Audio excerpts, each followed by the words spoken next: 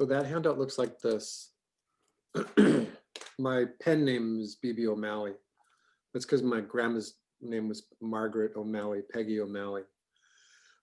Taken from page 41 of The Illusion of Life, which was written by Frank Thomas and Ollie Johnson, published in 1981. Frank Thomas and Ollie Johnson were two of the 9 old men, the people who first founded the principles of animation, what we know as the animation that went into Snow White and the Seven Dwarfs and Pinocchio and Cinderella. They were the ones who created the craft and the processes of animation. When they published The Illusion of Life in 1981, the principles were just kind of jumbled around. And on that page, they didn't have all of these principles, and they weren't organized like I have it organized here. On that page, if squash and stretch was number 1, it's indicated on my handout by the number 1 that comes after it. Anticipation is number 2. And so what I've done is I've broken down and added a bunch of few things in there, as animation teachers have all done. In fact, they said that in The Illusion of Life, there's 12 principles of animation, and they're listed here with the parentheses. But Walt Stansfield was an animator for the Disney company for 30 years. He was like the principal animator for Tigger. And he had 28 principles of animation. And it's like, well, they appear in his book, and he has a Drawn to Life book as well, just in this form right here. So he's basically talking about the principles of animation and the principles of drawing together.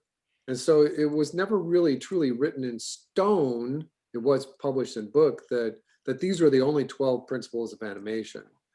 If it was, then all of your other animation texts would have the 12 principles listed in them. And that just doesn't happen. I don't think that the 12 principles of animation are talked about in any other textbook except for The Illusion of Life. So in my organization, I always thought that the illusion of life itself should be the first principle.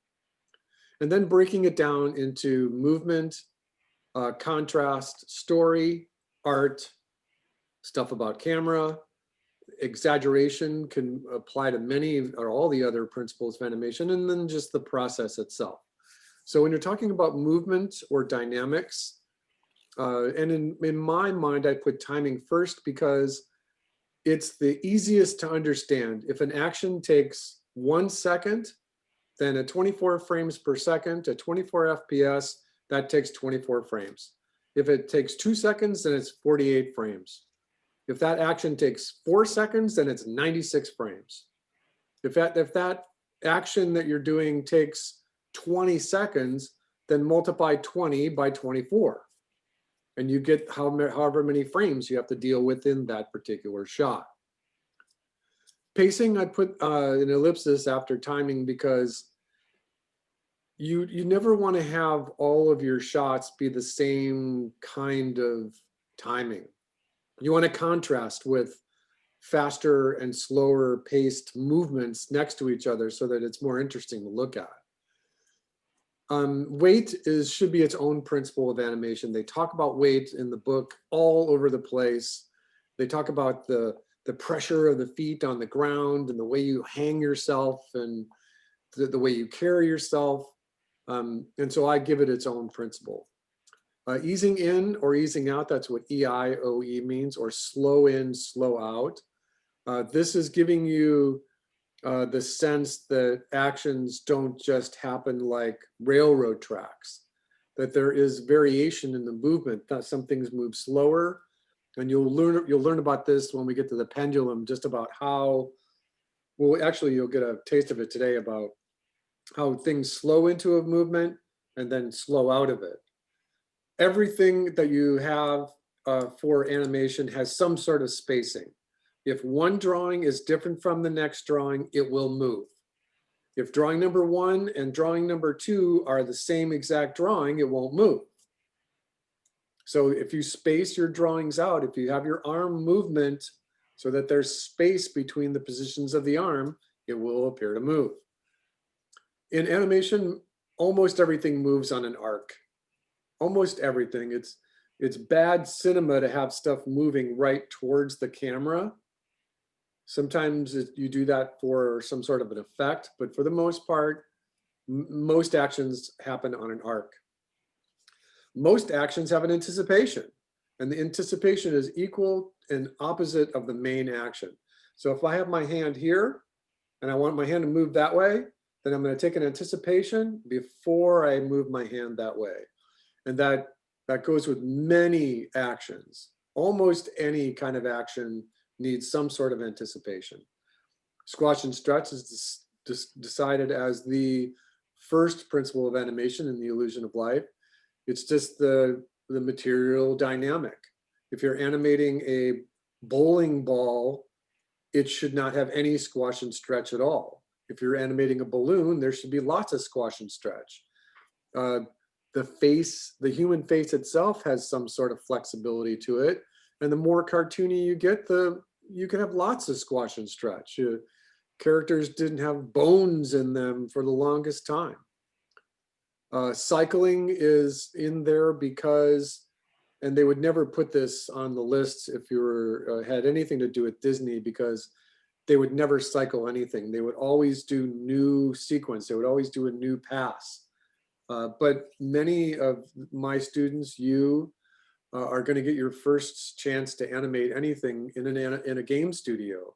And they do idles and runs and jumps and kicks and flybys and all kinds of somersaults and stuff that all are built on cycling. So I put it in there. Overlapping action is its own subcategory where two things are moving at the same time. Follow through is like a dog running and his ears come to a rest, or Darth Vader turns around and his cape comes to a rest after he stops. Secondary action is two things moving at the same time with different timings. If timing is really easy to understand as a principle of animation, it's probably the hardest to master, because you as an animator are go, oh, I understand timing, and you just do it. It's almost like the forest for the trees kind of thing, where it takes you a while to figure out how to get a really good sense of timing.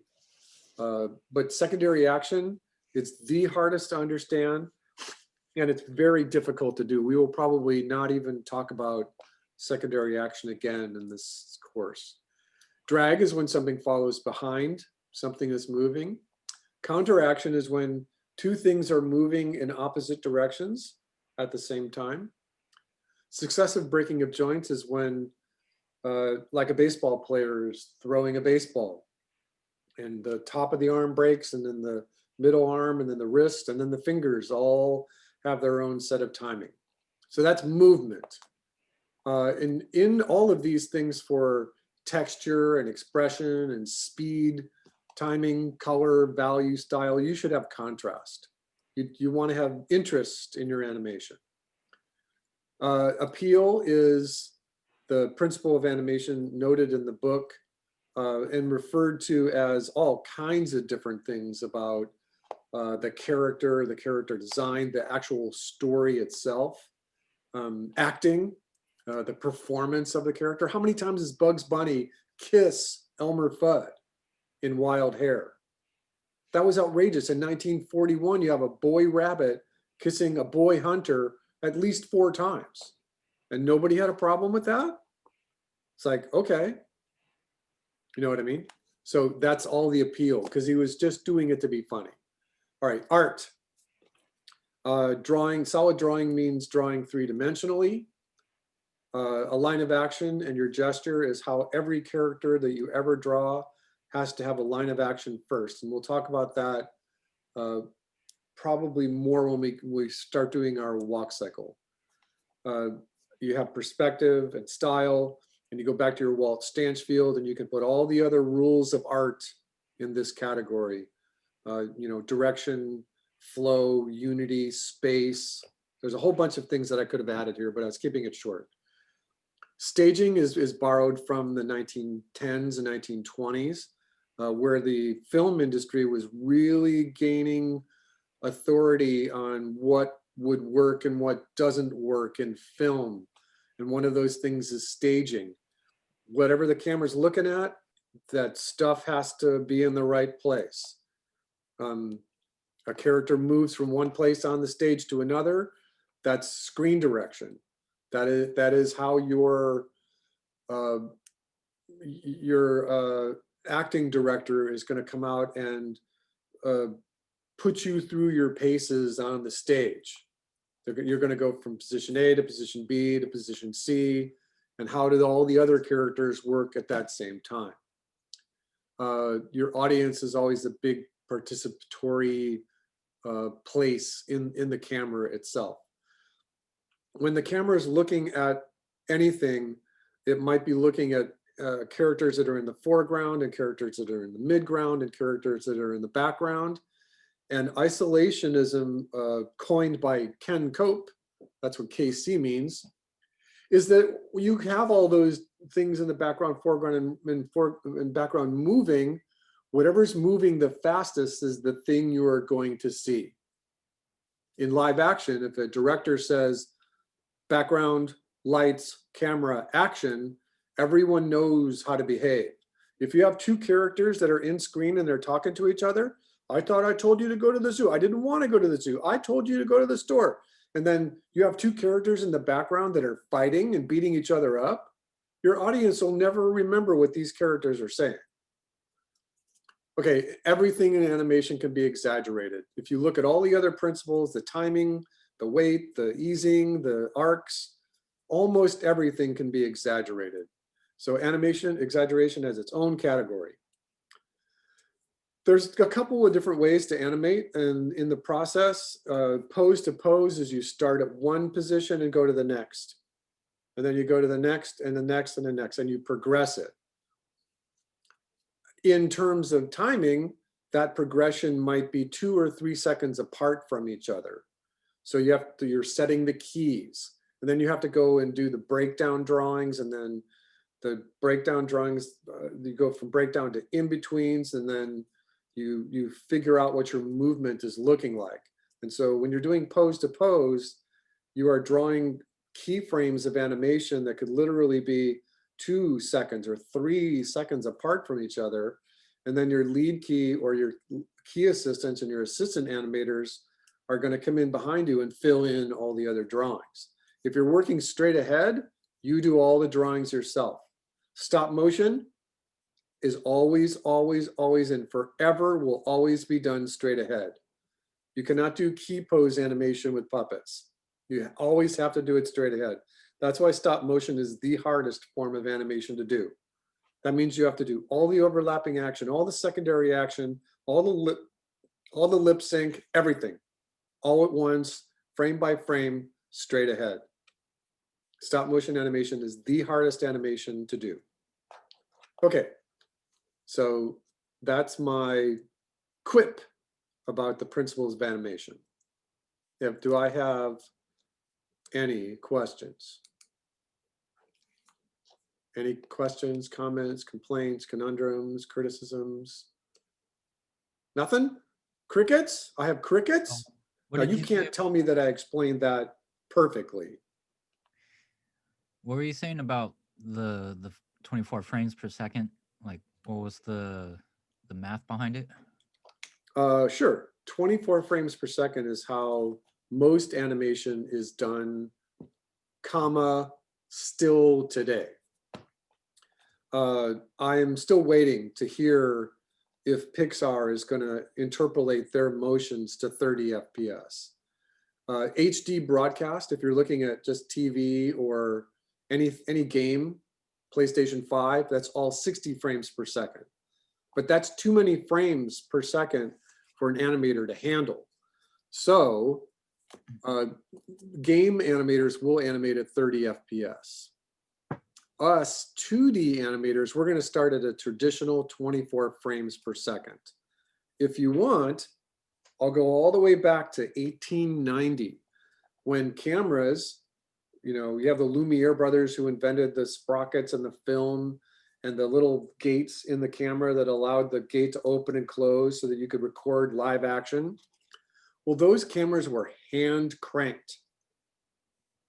And so the camera operator was out there going like this, right? They were just rolling it, and the camera operator's job was to make sure that this motion matched perfectly the projector.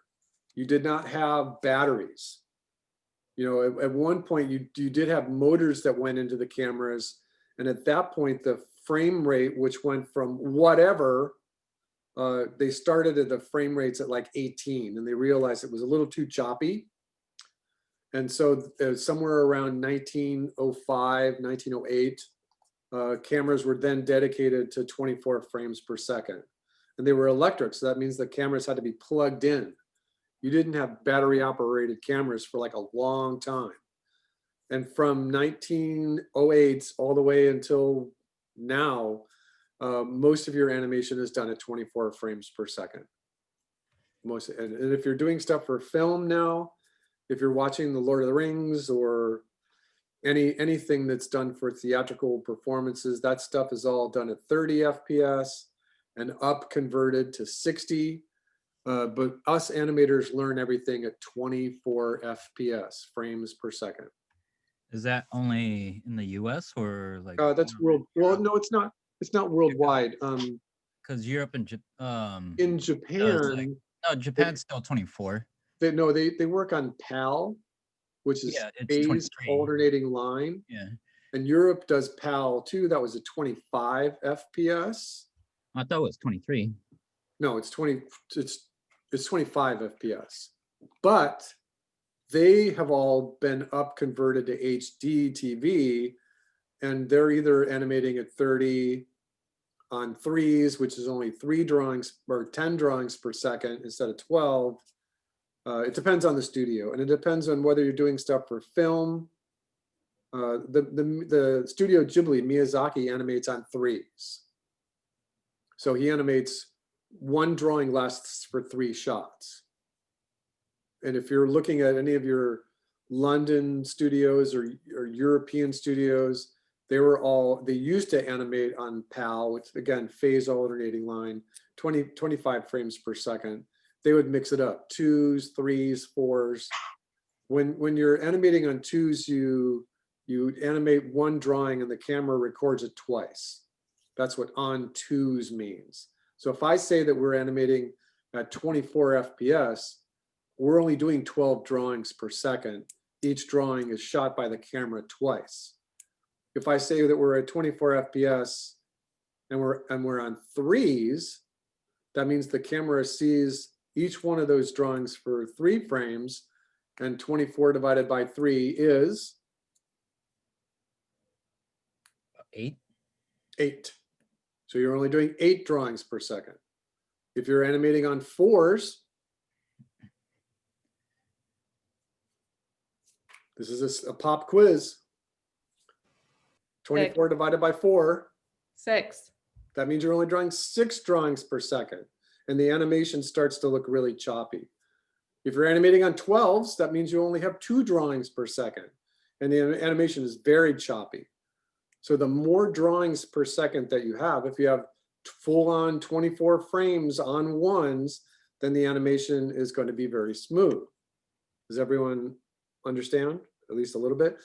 Faster actions usually require every single drawing. The Disney studios, sometime around the middle of Snow White and the Seven Dwarfs going into Pinocchio, realized that a regular paced motion can be shot on 2s and it looks just fine. So that's only 12 drawings per second, but it's still 24 FPS total. All right, So everyone SPS okay? Did I lose anybody? So SPS stands for sound per second. FPS is frames per second. Okay, Yes. that's how you've been saying. Yep, Yeah. frames per second. All right, so let me introduce you now to Rough Animator. Again, this is $4.99. And it's pretty good. I picked this up for Kenyatta's animation class. Yeah, I think that it was spring semester last year when we were about halfway through the semester when the lockdown happened, and everyone had to finish all their projects in Rough Animator. So let me do this just really quickly.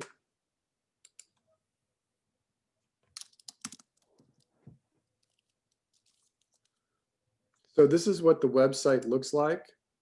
It's just really simple. It's $4.99 for the Mac. It's $4.99 for Windows. It's just really easy. And in fact, I like it so much in being so easy that I'm never going to get anybody telling me, oh my God, it's so complicated. You know, Maya takes forever to learn. Toon Boom takes forever to learn. It's a great application, but it takes forever to learn. Here, all I did was just say file, new, and I got this dialog box that said that my resolution is 1280 by 720 at 24 FPS. See it? Everyone see that okay?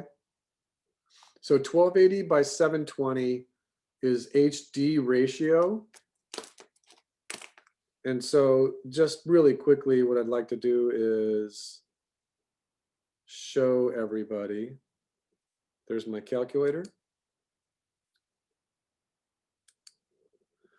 So basically what that means, if you take 1280 and divide it by 720, you get 1.7777. That's the aspect ratio.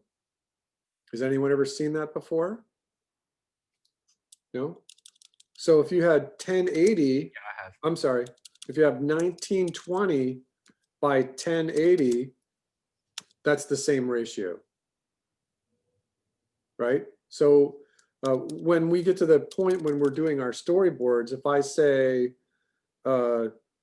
16 by 9 is the same ratio.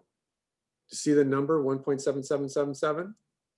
And so if I have 8 by 4.5, that's the same ratio. You see it? And so when we're doing our storyboard panels, 8 by 4 by 5 is too big, but 4 by 2.25, oops, hold on. 4 divided by 2.25 is the exact same ratio. So we'll do our storyboards at 4 inches by 2.25, and that gets you HD ratio. So back into Rough Animator, this is 1280 across, 1280 pixels across, and 720 pixels. That's what you need. That's HD ratio. Now, there are other ratios.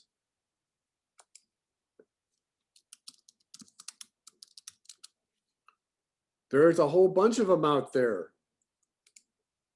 For the longest time, for the beginning of animation, all the way up until about 1975, everything was 4 by 3, which was called the Academy ratio. And that is 1.333. And then there were a couple early widescreens, and then European widescreen. And then this is the one we just talked about here. This is 16 by 9. A regular television set that you buy at Best Buy is going to be 16 by 9. When you go to the movie theaters, if movie theaters are ever open again, you might be looking at 70 millimeter, which is 2 by 2.1, or anamorphic, which is 2.35 by 1. IMAX has its own there could be completely different ratios. So here's another introduction to it. There's some of them have that like right on top of each other, which is kind of weird. This is very rare use of polyvision, which is 1 by 4 by 1. I've never seen a movie like this, but we're using this one, this yellow one, which is 1.777 or 16 by 9. Okay. I've actually had to do like a lot of projection mapping like that for work. Yeah. And so 16 by 9 is just very typical. And I don't want you using any other ratio. All right, so here's the interface. It's really easy. What I have done, and I don't know why this got moved around. Let me put these things back where I wanted them. And the reason why I'm kind of grousing about this is just because these are all the windows. These are all of your tools. And so under window, you see you have tools, tool options, timeline, preferences, color palette. These are all your tools. And I have all these open right here. Here's my stage. And I'm going to pick a pencil. I'm going to pick a brush. And I'm just going to draw on my screen. And that automatically goes onto frame 1. This is your timeline down here. And so what we're going to do first is a bouncing ball. And we're going to do a bouncing ball that's just in place.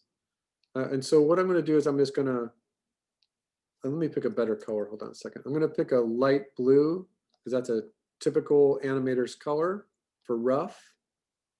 And it looks like I have this strange pixel here. Let me get rid of that.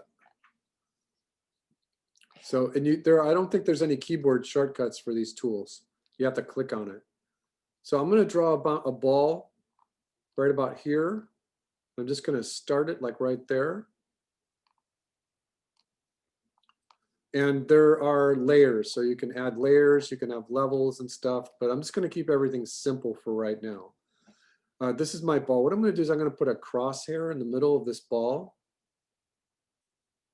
And I'm going to use this first frame here to just explain what we're going to do. In many drawing applications, if you hold down the shift key, it draws a straight line, but not in this one. It's just too simple. So I'm just going to, as carefully as I can, draw a line that goes straight up. This bouncing ball is going to be a perpetual bouncing ball. Now I drew it here for a reason. And the reason is that usually what you have are fields. And so in the very center of the screen is a focal point. And then you have what's called cinematic thirds. So if I divide my screen both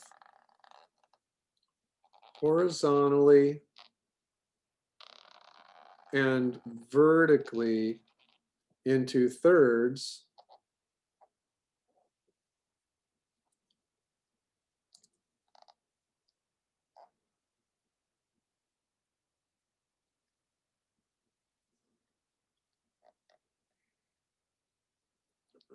sorry. These are focal points for the cinematic thirds. If I'd done this anywhere near correctly, each one of these should be the same ratio as the main stage. I divided it up into my stage into equal thirds, both vertically and horizontally. Now, from the edge of the screen, there's an area right here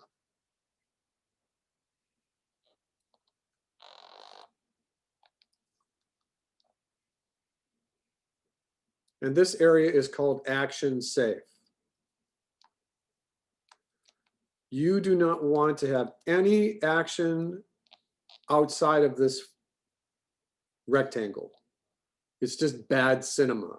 And the reason for that is because in the olden days, you would get parallax out here, that you would get distortion on the edges of your screen. These days, with digital, everything is crisp and in focus all the way across the stage. But let's just stay with good practice and stay away from the edge of the screen.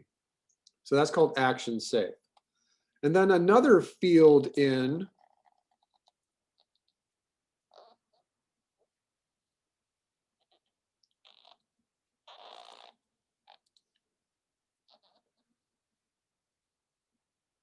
this is called title safe. And if you're going to use any title cards or credits or anything, you would never want any words, any like closed captioning or interstitial cards. You know, you don't want any of the important information anywhere near the edge of your stage. Everyone understand? Everyone okay? There are theories out there that say that it is bad idea to use cinematic thirds and the center of your screen when teaching cinema because it limits the imagination. And it is true. You can have a focal point be anywhere you want. But I think that you should know cinematic thirds and you should know action safe and title safe. Because if our bouncing ball is going to bounce on a background, if it's going to bounce on a ground plane, the ground plane should be right about there. This is a normal neutral camera for the horizon. If the horizon is anywhere about here, or even all the way up to the cinematic third vertical, that's a very typical place for a horizon. So that's why I put the ball here. I do not want the bouncing ball bouncing on the edge of the screen. All right, and you can see what I'm doing over here, that the color palette is just a very simple wheel, and you have a brightness, and you can pick your hue just by clicking it around. All right, and then you can save it. Right, you can just save it.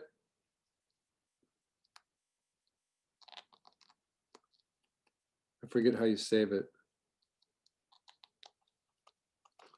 Anyway, so this is our bouncing ball. What we're going to talk about is the plan, the map for this. And so what we're going to do is talk about the center point for this ball. This ball is going to come up to about this high. And I'm going to bring the center point right with it, just like this. And it should be the same ball. I don't want to draw the ball and copy and paste it just because I want you all staying loose with your line. But you can see that I've got a ball on my screen. It looks like it's about an inch and an eighth or something like that. In this tool palette, you can see that my brush size is limited to 4 pixels. My opacity is 100. The spacing, I forget what the spacing means. I think it has something to do with the vectorization of the line itself, and the smoothing I have at 1 so that anything that I attempt to draw on the screen should look similar to a pencil. This palette right here is, I want my timeline to be horizontal. I want my onion skin on the left to be red and my onion skin on the right to be green. That's very typical, so I'm just going to leave that there. And I want everything to be full resolution. On my tools palette, your brush, your eraser, a paint bucket tool, a lasso, zoom, and your hand tool is also your space bar. Right, and then your onion skin is this little tool right there. This is your play button. And in your timeline, just to finish out the introduction to the application, we haven't really done anything, so you'll see the timeline grow here in just a moment. All right, but let's continue planning this out. If this is ball number 1 up here, I don't know what the number for this ball is yet until I start figuring out the timing and the spacing. So, and if this is my arc, and I just told you that arcs are prevalent in animation, this is one of those times where we're going to do a bouncing ball perpetually bouncing up and down, and the arc is straight. We just have to deal with that. So it's going to ease into its motion. It's going to ease into the motion downwards. So what that means is I'm just going to pick the crosshair for the center, and I'm going to pick something like this, just a little bit starting the motion. That means if I'm going to ease into this motion, this next crosshair should be more.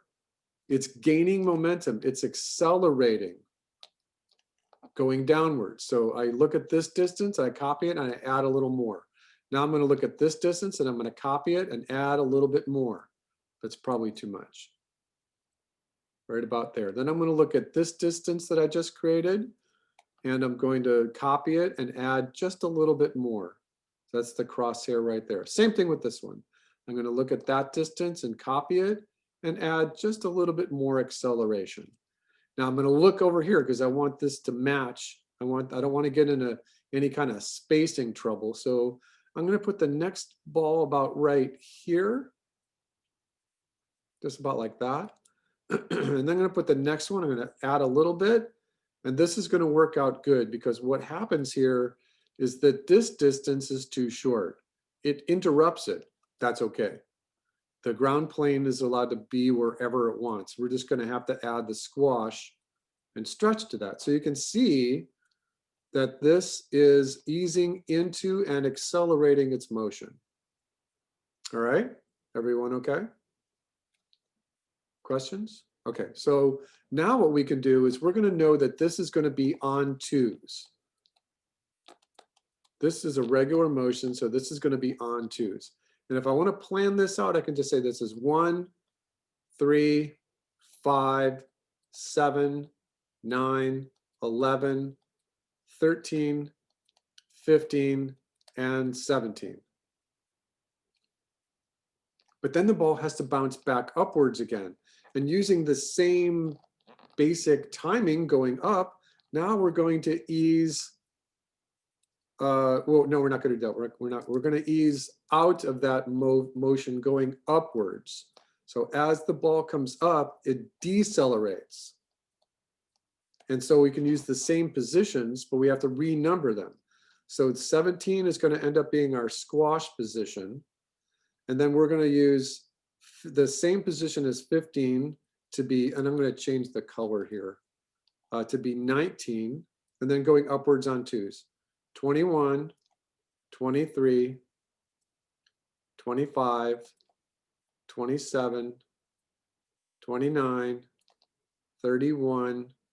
And we've already got this position here, so we don't need it. We're just going to copy drawing number 1 again. If it's going to cycle, drawing 1 will repeat once it cycles.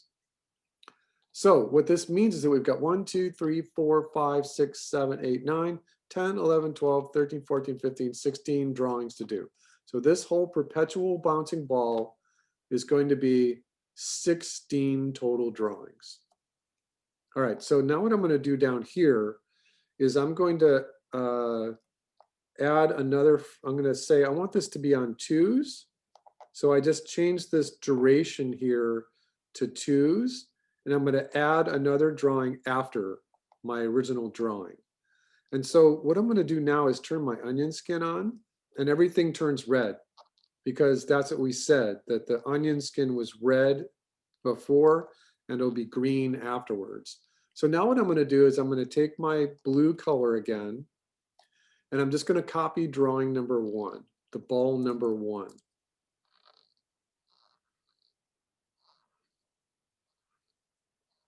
Now, I don't recommend doing the lasso and copy and paste because you just get into trouble. We're just going to do this as by hand because it's not that much. So we're on frame number 2 here. And I'm going to add another drawing after. Now you can see that the onion skin went away. So the onion skin, you operate the range of the onion skin by moving these little sliders right here, because I want to see where this is. So this is my second drawing. So get the same basic shape of the ball, and my tablet is pressure sensitive, so I can draw lightly if I want. So that's actually my second drawing. And I'm going to add a drawing after, and now I have to open up my onion skin even just a little bit more. Now I do the crosshair first. And remember that I'm looking at the edges here. I want my ball to stay the same size. See that? So I'm going to just draw my ball right there. And my hand is shaking, even though I didn't have caffeine today. Add a drawing afterwards. Open up the onion skin just a little bit more. All right, so now we're losing our onion skin. It won't let us go all the way down there. So in this background, what I'm going to do is copy on the, see I activated the background layer. What I'm going to do is I'm just going to pick a brown color, earth tone, and I'm going to draw in our background. And you can see that once I do this, it lasts for the entire length, the entire duration of the shot. If I had put this map down on the background drawing, I could see my center points for the ball a lot more clearly, but that's okay. Right here on this drawing, my center point is right there. If I want to borrow the next one, I can just hint at it right here so that when I go to this drawing, I know where it is.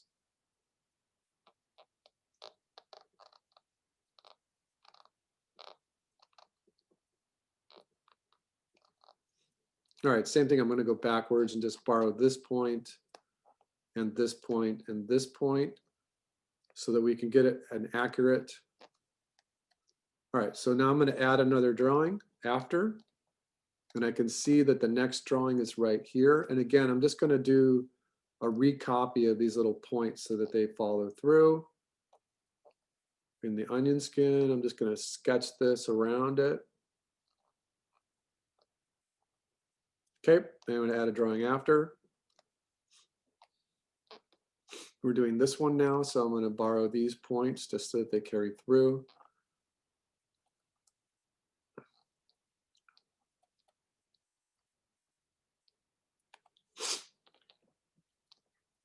Okay. I'm going to add a drawing after. We're doing this drawing now.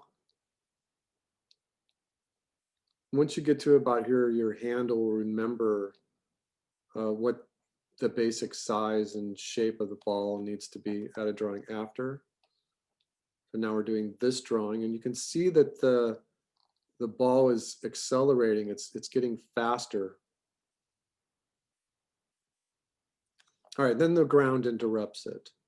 So what we're going to do now is we're going to put the ball here, but this is where, and I'm going to just talk very lightly what the ball should look like as a regular ball. But what happens when the ball hits the ground?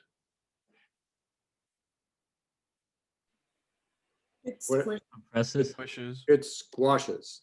So this is where we're going to add our squash. So we're going to take this very simple sketch that we've got here and squash it. So we're going to bring it down and we're going to squeeze it vertically. Not too much. You don't have to do a lot. Even just a little bit adds to the dynamic. If I would have had a demo setup, I would have showed you what the ball animation looks like without it, but that's okay. All right, so then I'm going to copy these little points, and I'm actually going to see if I can get these points going backwards, because I want to make sure that our ball here, actually what I'm going to do is I'm going to borrow these points and I'm going to put them on the background just momentarily. It'll be fine. You could even leave them there if you want. But I just want to be accurate because I want my ball to end up, my last frame 31. I want it to be right there. That's so the ease into this upper position, the ease out of the motion, and the ease into the upper motion is in the right place. All right, so now this is our squash drawing. You can tell here that we're on frame 19 and 20. So that if we go back here, this is frame 19. See, it says right there, frame 19. Oh, actually, it's actually frame 17, but we started our main animation on frame number 3. See it right here? It says frame 3. So when we render this, we will not render this frame. We will not render the first 2 frames. We don't need those because it's got all the other stuff on there that I drew. All right, so this is our squash. Our next drawing is going to be in this position right here. Now I can copy this ball, and I will copy this ball. We're going to come back to this ball. And we're going to add another drawing. So now we need this one.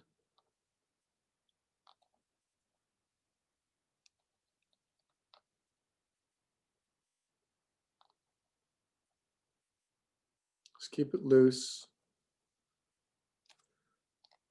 Add a drawing. Oh, add a drawing. Come on, add a drawing after. All right, now we're doing this one.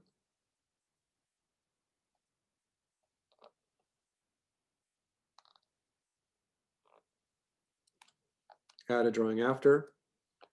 And you can see, now we're doing this one. The ball should overlap.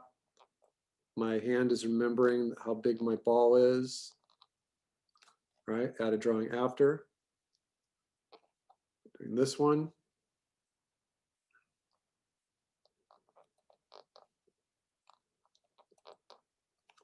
Add a drawing after. Now we're doing this ball here. And this is faster than doing it with pencil and paper, because normally in an animation lab, I would have people numbering their drawings, but the numbering is right here, so we are good. All right, so we have a couple more balls to do here. So I need this one.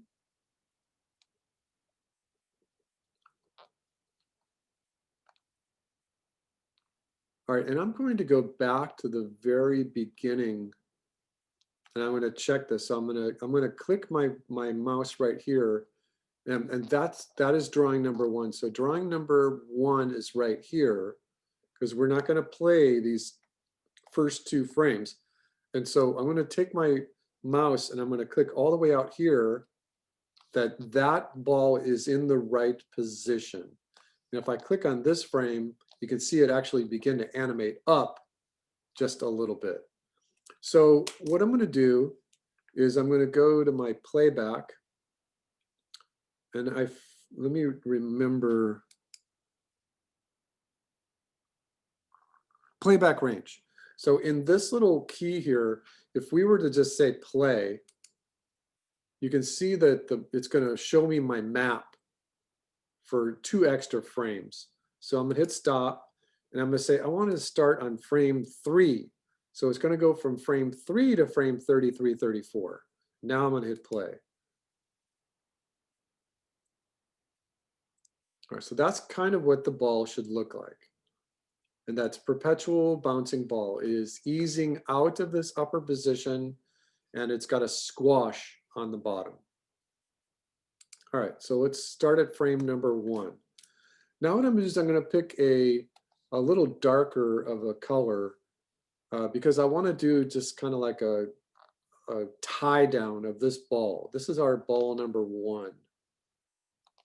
And you can see that now that we've got our ball kind of set into motion here, that the drawings that are coming up are green. So you can see that I'm drawing on this frame. There's red before it, but that's just the map frame. But now I'm just going to tie this down just a little bit.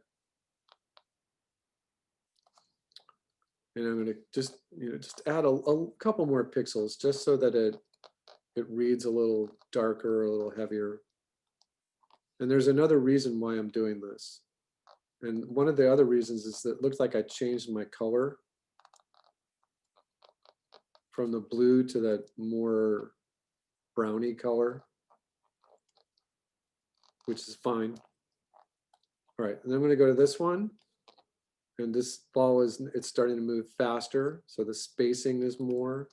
Now I'm going to come to this one. Remember that the green drawing right here was squashed because you all told me to squash it?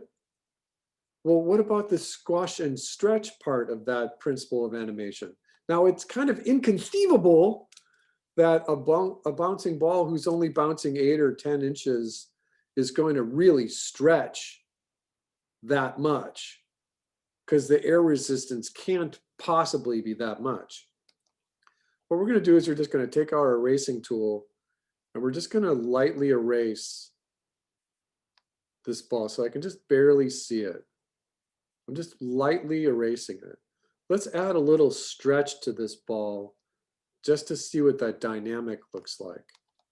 So now I'm going to pinch it on the sides inward, and I'm going to have it come up and downwards just a little much to give me a sense of stretch, like an egg. I'm going to go to the next drawing. This is our squash.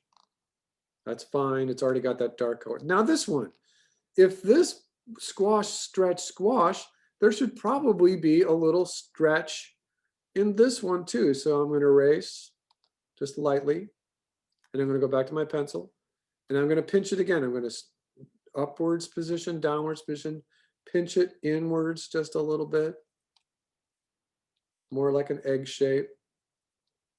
And you'll see that just even that little bit of change is going to add a really good dynamic.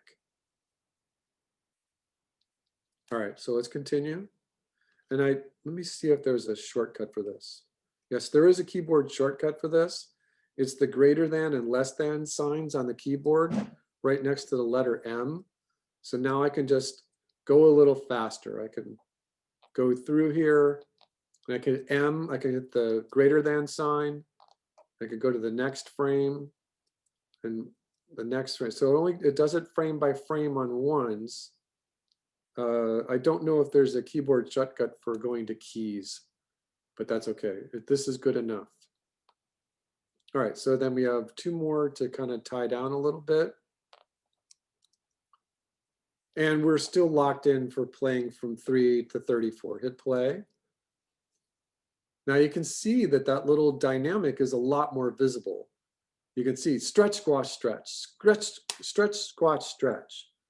So this is your first assignment in doing the bouncing ball.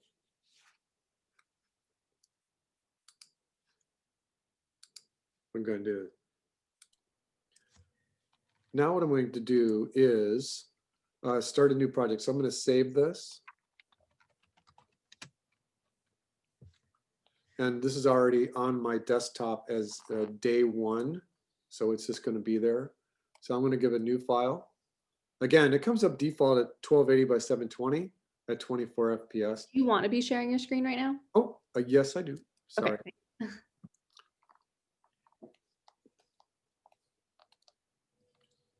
All right, so I just started a new project. I just hit File, New, Command N, 1280 by 720, 24 FPS, say OK.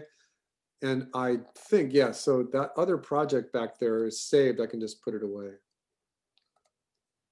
All right, so you can see by the way that I have kind of built out this class.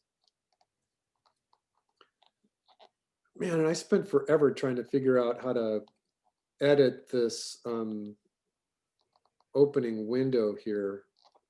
And I went through that training session, but it just completely got erased from my mind about how to do this. All right, so you can see that what I've done is I've built in a series of bouncing balls, a heavy ball, a ball with a tail, a pendulum. I put due dates on there. I put the, it looks like I have the bouncing ball with the tail in 2 different places. So this February 7th, when we meet on February 10th, I might move everything up a little bit because the pendulum is actually pretty easy. And then this is just a quick outline from the class. Remember that I can move things around as we go through the semester just to keep it interesting and keep it fresh. So there are usually 2 different things in these beginning weeks here. So the next part of this assignment is a traditional bouncing ball across the stage. Now there's a couple of things that I want to look at here. And I don't think I brought it up. I brought a couple of pencil tests up, and we don't have to watch those today. But let me just show you kind of what I'm looking at here.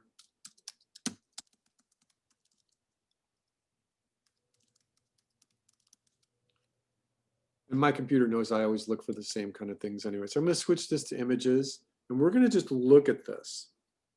Let's take a look at this example right here. This is childish almost, that the arc of the ball going up and then coming down and hitting the ground plane. Yeah, there's a little stretch and a little squash and a little stretch, but this is inconceivable that the ball is going to come all the way up to its highest point, almost all the way to its highest point. So I do not like this, Sam I am. This one is good. This is okay. This is okay, but this one's wrong. The one that has the most contrast on my screen is wrong. And it's showing up here too. This one right next to it is very good. I like this. You can see the spacing. You can see the arcs. You can see the squash and stretch. So this one is okay. I like this. So this one's good. This one's okay. And this one's okay for key positions. That's okay. But let's find one that acts a little differently. This one, you can tell that the ball is bouncing and then it hits the wall and then comes back and then rolls to a stop. It's also a GIF, but it's not acting, it's not playing. So there, what I'm trying to get at is that there are other interpretations of this very typical bouncing ball on the arc. You know, this is very typical, very good. This one's okay. You can see the silhouettes of the ball gaining momentum and stretching before it hits the ground and then squashing as it hits the ground. This is great. Now it's a little inconceivable that the ball is going to have a stretch quality to it on this second bounce. This is the exaggeration. If you look at this and you say, boy, there's squash, stretch, squash on the first bounce and the second bounce and the third and the fourth, that's very cartoony. That is the pure definition of exaggeration.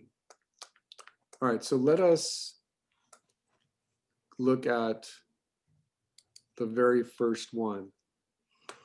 So the ball is falling. It accelerates, it eases out of its upper position and eases into its motion. It accelerates. It has squash and stretch. It has an arc.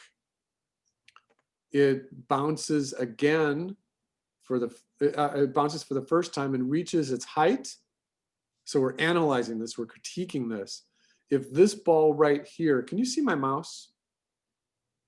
So if this ball right here was the apex of where the ball came off a ledge or something like that, then the first ball on its first bounce is never, ever going to reach the same height, ever. If this was a super, super, super ball, it would still only come up about this far. If it was a brand new tennis ball, and at this point, I run around the classroom and I have all different kinds of balls. I have a tennis ball and a ping pong ball and a super ball. I have a little tiny plastic ball. I have a foam ball. Those are still in room 13 at Kenyatta. And then I have a light bulb. And I'm like, would this bounce? And you're like, no, don't throw the ball, Billy. I'm like, okay, so a light bulb would probably just break. A bowling ball is not going to bounce too much. We'll go over that next week. But you can see that it's losing momentum. And you can see that it's losing momentum graphically. See what my mouse is drawing, this little line right here? So it behaves, there's like a physical attribute that this line is like a graphic line showing how much the ball, which is about 45 or 40 degrees, loses its vertical momentum every single bounce that it takes. Let's look at this one. It's the same thing. See it? It's that same rough kind of angle. Everyone got the idea here? So I got 1, 2, 3, 4 bounces. Now that's fine for us. That is really good for us. So what I'm going to do is I'm going to see if this, nope, if this one cross-references, it's not doing it right now. There are other ways of handling this. If you wanted to be creative, there are little ledges and little, like this one, see this one right here? If you were to draw a line, this is way too flat. This is not practical. Does not follow the laws of physics. I'm not seeing a very good one. This is interesting. This shows you the difference between what a super ball might look like and then a bowling ball, boinkity, boinkity, boink. See that? So this one's actually pretty good, just showing you what the two differences would look like. Here's one of the ones I'm looking at. If you understand this completely by the end of my next little demo, you can see that one way to handle this would be to have the bouncing ball come on an arc, bounce once, twice, and then bounce off a wall. And then it's not quite referencing, you know, this one's a little complicated. I don't want you doing this. You can have the ball do other things if you're confident about your background and your stage. All right, so having said that, the part 2 of your assignment, and let's go on our background layer here, and we'll pick a nice earth tone. And we're gonna remember our action safe and our title safe, and we're gonna remember our cinematic thirds. At this point, you could just draw them in. You can remember the center point of your stage. You can put the corners in where your action and title safe are combined, just to remind you to stay away from the edge. And that the first cinematic third, anywhere around there, is a good place to draw your horizon. We're just gonna sketch that in lightly. You know, so that's your far away horizon. The horizon can be 100 miles away. And that reminds you that there's a sense of perspective. So in this background, you can set up your 1-point grid very quickly. You can just leave it right with your final file and then just get your sense of perspective working, so that you want to play not below this line here, but between the horizon and that line. So this line right here is a good place for your ball to be interacting. So right there, if you wanted to change the color, you know, just a little bit to give your eye a place that this is where your stage is going to be. Now, it looks like I might have drawn that on the wrong layer. It looks like I might have accidentally. So, so this just gives you the opacity of the layer you've just drawn. So I just drew all of that on my, I didn't want to draw it there. So I'm going to copy this. Let's see if I can copy it. Oh yeah, this is a weird thing about Rough Animator. It has the strangest lasso tool. It has the strangest lasso tool ever. All right, so I'm going to copy this and I'm going to delete it. And I'm going to go to the background and paste it and deselect it. So then I'm going to just check this. Background, that's my background. This is my layer number 1. So there's nothing on layer 1 right now. Okay, so on my background layer, what I can do is I can add in a little bit of a layout.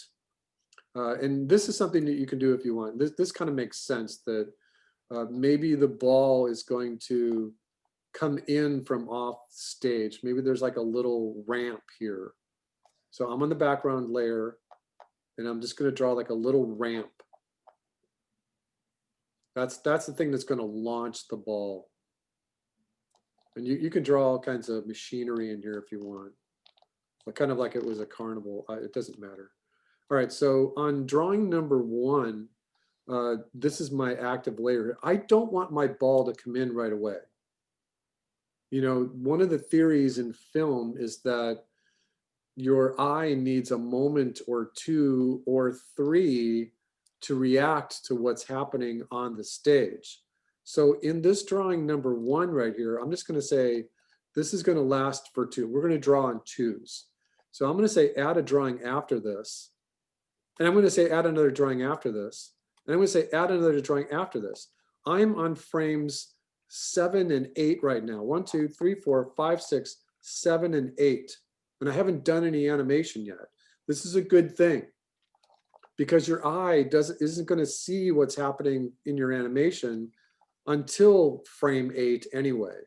And on my background layer, Actually, what I'm going to do is I'm just going to draw it right here really quickly on frame number 1 outside of the action safe area. I can't draw over here, but I'm just going to tell you, we are animating at 24 FPS. And 24 FPS breaks down half into 12 and 12. And it breaks down into thirds as 8, 8, and 8. So these are called beats. 8 frames is a beat in animation. 8 frames is 1/3 of a second. So right now, if we start drawing on the next drawing here on frame number, I don't know why that's 10. 1, 2, 3, 4, 5, 6, 7, 8. On frame number 9, it says frame number, oh, it says frame number 9 right here. We've given ourselves a beat of nothing happening. And because there's nothing happening here, we can always go back and add another drawing or two before this if this is too fast. But right now what we're going to do is we're going to draw an arc. So just on this same drawing right here, this drawing number 1, actually, let me remember how to do this. Okay, so what we're going to do is we're going to add an empty layer. And this layer number 2 is going to be our arc layer. So I think we can just highlight this and call this an arc layer. And so what we're going to do is we're going to plan out the motion for our ball. And what we're going to use the pencil tool. We're going to use a light blue color. And remember that the ball on this arc layer, I want our ball this time to be about this big. And we're going to use this center point. So if the ball is coming in to the stage at a certain speed or a certain velocity, we're going to just sketch in the arc so it has a nice, and I don't think that there's a way to tilt or to rotate the stage. It's kind of a bummer, but that's okay, because this is a hard arc to draw. It's against the mechanics of a right-hander. A left-hander could draw this a little easier. And it's okay that it's a little rough. All right, so then I'm going to take my erasing tool and get rid of this part because I don't want it. And I'm going to get rid of the inner part of this arc because I want to express the arc a little differently.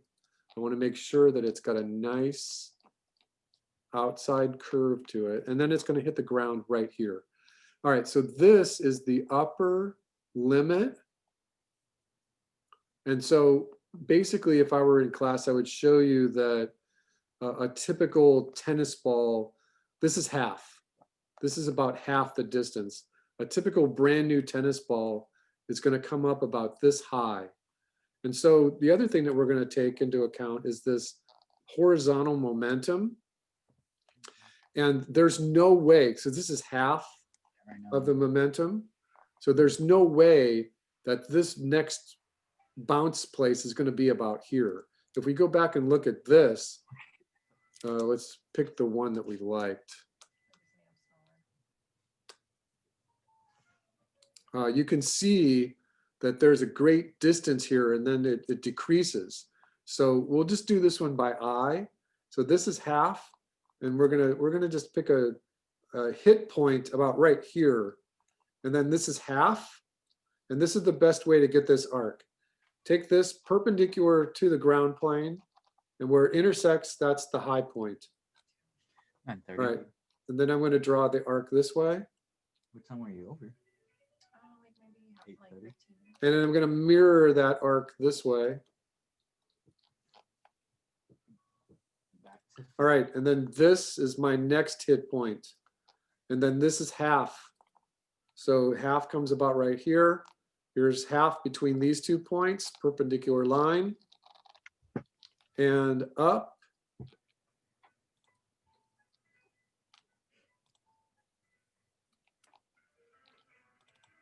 And look at the delineation that you got. So that's good, right? Oops.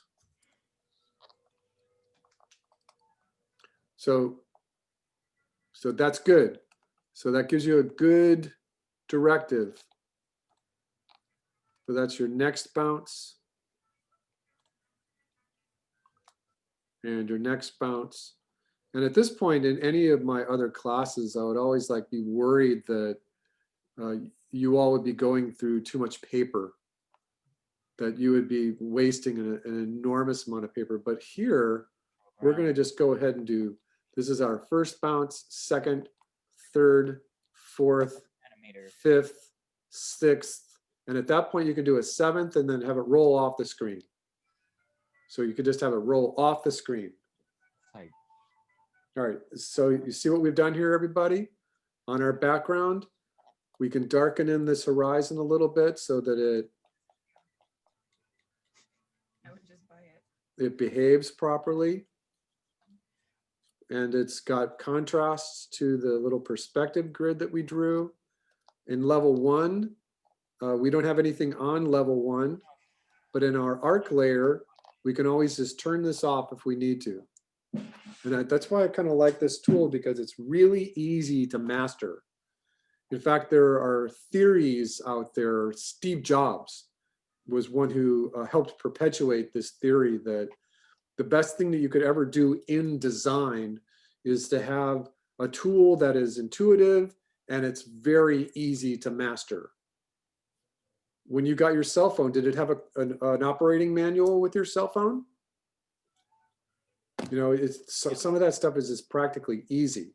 All right, so on this arc layer, let's figure this out with our crosshairs. So we know we need a keyframe here. This is a keyframe. This is a keyframe.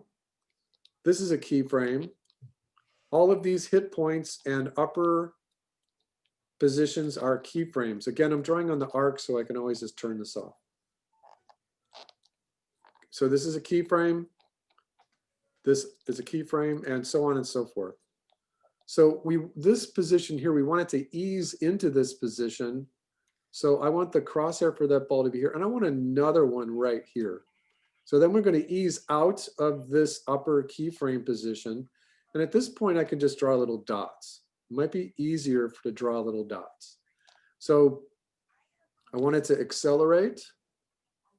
A natural acceleration. I'm going to take that distance right there and copy it and add a little more. And I'm going to take that distance and copy it and add a little more. Take that distance, copy it visually and add a little bit more. Take that distance and copy it and add a little more. I might want to put a little reminder that that's going to be my stretch drawing. This is going to be the squash drawing. Now remember this line that we drew up here? The deceleration of vertical momentum is going to be the same. So if I were to draw these points like this parallel with that line, I'm going to get really close. That's a really good shorthand way. So now it's decelerating. So I'm going to have it ease into this position. I can even put one more drawing right there if I want. If I do a drawing right here and right here close together, then I've got to put another one right here and another one right here, just by the nature of the style of animation. So then, once you've got that, these are parallel with each other. Just bring the line straight across. That's how physics works. That's how the visual physics work. You don't have to remeasure anything. Just put those in there. This one is right there. That's your stretch. There's your squash. And then bring this down again. So you're going to lose momentum, and then you're going to lose more momentum, lose, maybe one more right there, one more right there. Put these lines across. So you need one right here, one right there, one right there. And again, now you're going to lose momentum. And you're losing momentum, losing, just like the orange guy, losing momentum. And at this point, you can just make a note for yourself. No squash and stretch after this point. Put a lot right here. Put a big amount of squash and stretch right there on these three drawings. and maybe a little bit right here, but no squash and stretch on these drawings. All right, then it gets easy. Then you just have a couple of drawings to do. This is all on 2s. And if you want, you could number the drawings. You don't need to. And then you can just draw the ball rolling off the stage. Okay, everyone okay? Everyone understand? So this is your plan. So then, again, you have a bunch of drawings that are blank. 2, 4, 6, 8, and drawing number 9 gives you 8 frames of nothing is where you would draw your first ball. So if I turn my onion skin on, if I can remember where to find my onion skin, it's on, but I can't see it. I'm going to go,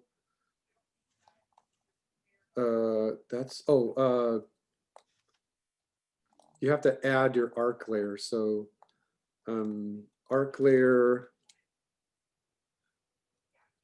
you add the arc layer like that. So when you do this, you can add it out. You can keep hitting that button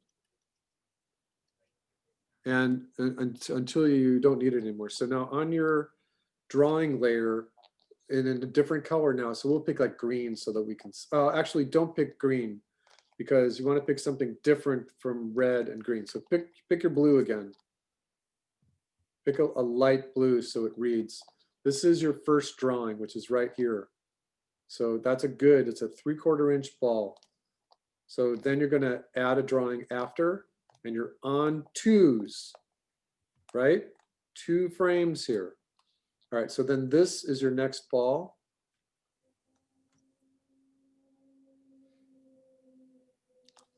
And add a frame, and that, it would be great if that had a keyboard shortcut. But then this one.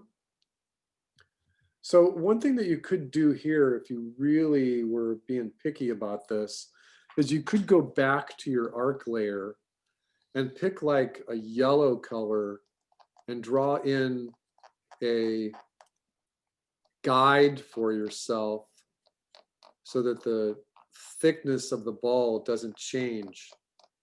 Like you would be drawing like a little tube if you wanted. It's just like a little tool that you're making for yourself. Again, you're just drawing this on the arc layer so that it could be turned off. Just so that when you are in the throes of drawing all the balls down here, that you remember to don't draw the ball smaller. You want to keep the ball, quote unquote, on model.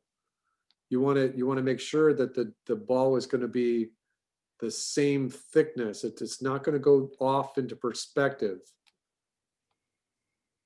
So you're giving yourself like an upper and a lower guide to where how the ball is. So this ball is going to be that big right there. So that this gives you a visual reminder to not shrink your ball as you're drawing it. All right, so go back to, I don't think you can eyedropper. In this color palette, I forgot how to, maybe you can eyedropper. There we go. Nope, I picked the wrong color.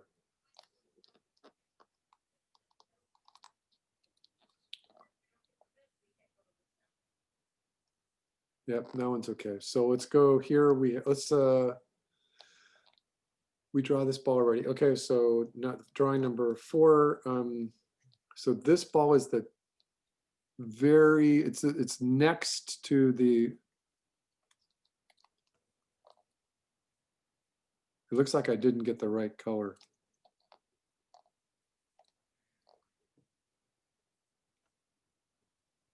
All right, and then I need one more. So one thing that this program doesn't have, and which would be ideal, is a way to identify this drawing right here as the keyframe. I would be able to love to key code this color here, but that's okay. That's okay. But we're just going to remember here that frame number 16 and 17 is the top. If I wanted to make an indication on my arc layer, I could just write, this is frame 16, which comprises 16 and 17. And then you can number these all the way out. You could do, actually, it's weird that it's frame 16. It should be 17 and 18. So on the arc layer, because it's on 2s, these numbers should be odd numbers. So 17, 19, 21, 23, 25. And you could number these if you want. It might be just easier to just do it visually. Add another drawing afterwards.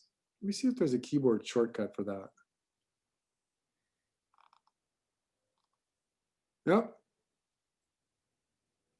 Let me see though, if it adds a, so what I'm going to do right now is I'm drawing this drawing right here. So I'm going to, it's kind of hard to see when they're scrunched together on the top up there. All right, so what I'm going to do now is attempt to use the greater than sign to see if it moves and adds a keyframe automatically, and it doesn't. I'm hitting it, it doesn't. So I actually have to hit that button before I can draw it again. All right, so this is the center frame for the next ball. And you know, you can always go back, and as long as you have your guide turned on, your arc layer turned on, you can always take a visual cue to what the size of the ball is if you didn't want to draw that little guide along the arc of motion for you. All right, so this is our next ball, center point.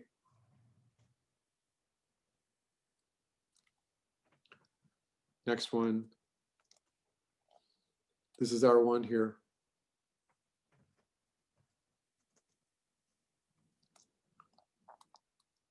What are we looking at? It's 9 o'clock right now. Good timing. Add a drawing after. And now you can see that I am drawing both counterclockwise and clockwise, because I'm trying to train my hand to continue what I would want to be as perfect of a circle as I can get it, both drawing clockwise and counterclockwise. I know that in my drawing class yesterday, I always talked about using my counterclockwise motion, but for here, I'm like, I want to train it both ways. All right, so this is our stretch drawing.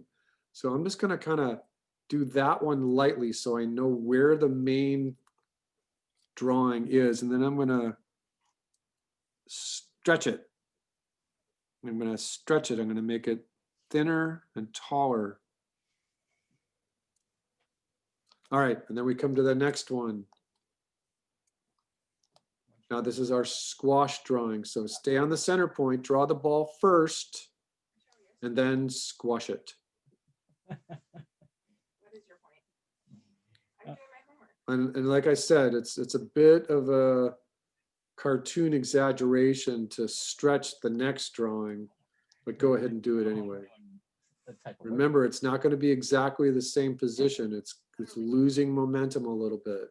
This is literally Draw the ball first and then stretch it just a little bit. Take a picture of your closet. All right, next one. This is our next ball here. You know, one of the things about drawing with these polycarbonate surfaces with a nylon tip on the stylus is that you almost want to draw a little bit slower than you normally draw. It gives you a better control over your line. All right, so the more carefully that you draw that arc, the more easy this production of the ball is going to be. Kind of glad that Bob gave me this laptop. Bob Dylan just lost his laptop? Oop. I didn't know Bob Dylan would be worried about a laptop. Now you can see here that my ball almost got smaller right there. I had to kind of correct myself in the middle of that drawing. All right, so we're drawing this one. And now the trick is that as these balls cluster around the top of the arc here, you want to draw a little bit more carefully because I still have the top ball to draw. And you want it to stay the same size, but it's moving slower and you don't want it to wiggle around too much. All right, next drawing. So now my arc is stopped, so I have to add arc, right? So I go here and I add the arc. I got to see it. So what happens if I take the arc and I just keep going?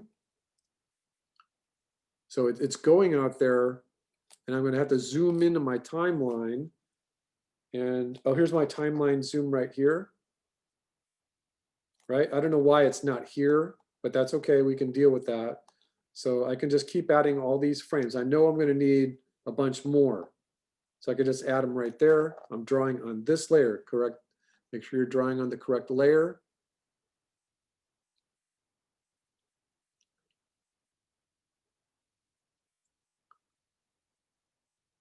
Go back and look, your ball's not losing volume. Gets a little tiring to draw all these balls. All right, let me get you into this, at least at the second bounce here, and then I have one more set of directions for you. All right, so now we're drawing this one. And which is odd for me to say it that way, because normally in a 2D class like this, I'm crazy about the frame numbers, but I'm not continually looking at my timeline here, which is speeding up my demo, but I'm being less accurate in terms of my numbering. I don't know what number I might have to look back. Oh, I'm on drawing number 57.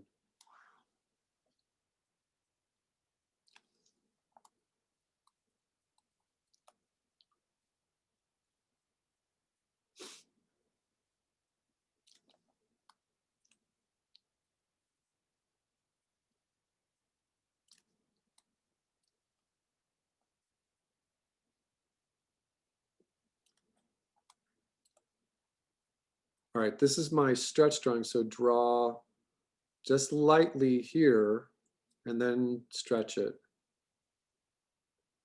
Make the egg shape out of it. Remember, this one doesn't have as much of the other one, so you could go back and do a tie down pass on it and erase a little bit if you need it. This is my stretch drawing, but remember that it's not going to have that much, squash drawing is not going to have that much squash, so just a little bit. All you need is just a little bit. And if you wanted to, on this next drawing going upwards, you could just forget about the stretch altogether and just draw a regular ball, because it's lost its momentum. All right, I'm going a little faster right now because I want to just get to the next set of directions. And I'm also going to end up having a problem because I want to be careful because I have 1, 2, 3, 4, I have 5 drawings to do right here. So I don't want the ball to wiggle around too much.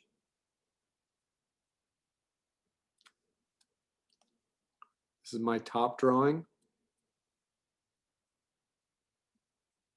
All right, let me get to the next, at least this next part of the arc.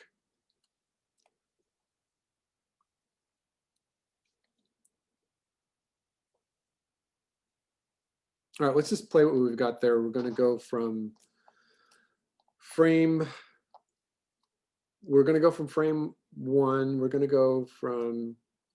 frame 1 all the way to frame 69. So that's okay.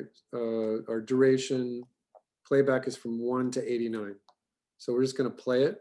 It's going to render it quickly.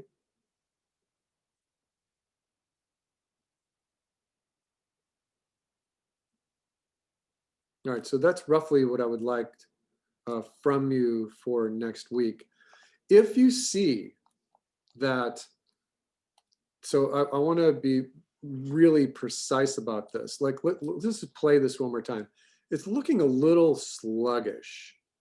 Does everyone kind of see what I'm talking about? It's like maybe moving a little slow. One of the things that that I would do in a regular paper class is figuring out on the arc what this overall set of timings was going to be. Here we were just kind of winging it, but I knew that we could figure out the timing here just a little differently by looking at this.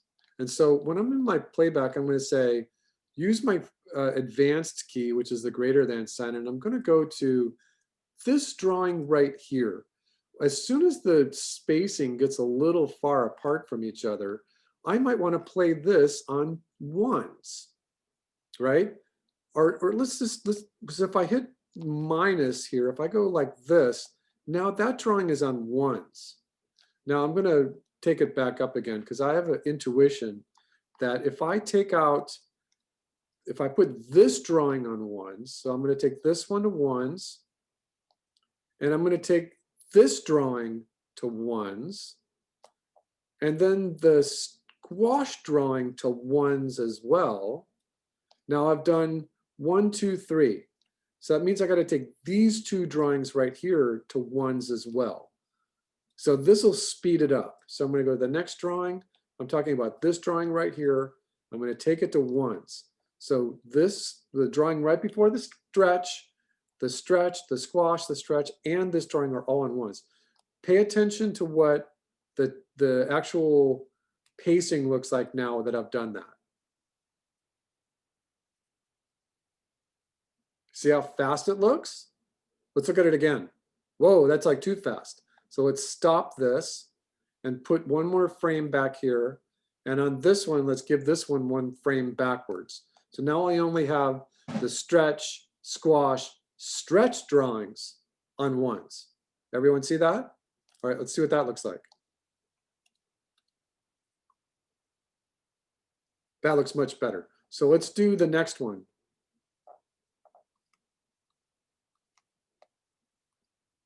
So this drawing right here, I want it on ones. So I take it here and I take it to ones. And then I use my greater than sign, go to this drawing, take it to ones. And this drawing, let's take it to ones. And let's see what that looks like now. Remember, we've got 1/3 of a second with nothing happening. That looks so much better. Did everyone see that? All right, so you can make a note for yourself here. You can make it in red that this drawing is on ones, this drawing is on ones, this drawing is on ones, this one, and you make a little color key for yourself. And probably these three, you'll have to decide once you get down into here what that timing looks like, because it's moving a little slower. But for right now, we've just done an 8-frame beat with no movement at all. We're going to take our arc out of this. And it looks so much better. All right, I'm going to pause this. I'm going to save this as bouncing BB, bouncing ball, underscore version 2, and I'm going to save this. All right, so now is probably one of the more important things in delivering the file to me. I don't want to see, you are not going to be delivering me your rough animator file. I want .moves. I want QuickTime movies from you. So on this arc layer, I'm going to turn the visibility back up again, and I'll explain how I want your files named. I'm going to pick a really dark color. So this is, my name is Billy B. So I'm going to use BB as the first part of my file naming convention. And I'm going to put underscore. This is a bouncing ball. So this is BB. So these are lowercase. There should be no spaces in your file name. So keep your file name short. Keep your file names no spaces. And capitals mean something. So BB are my initials. You don't need, let me just take a look at the class really quickly.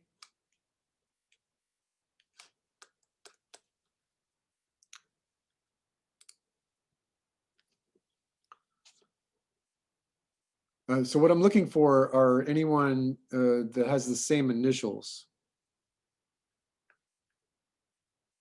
All right, so just like yesterday, Randy and Rachel use the same naming conventions as we talked about yesterday, right? Okay.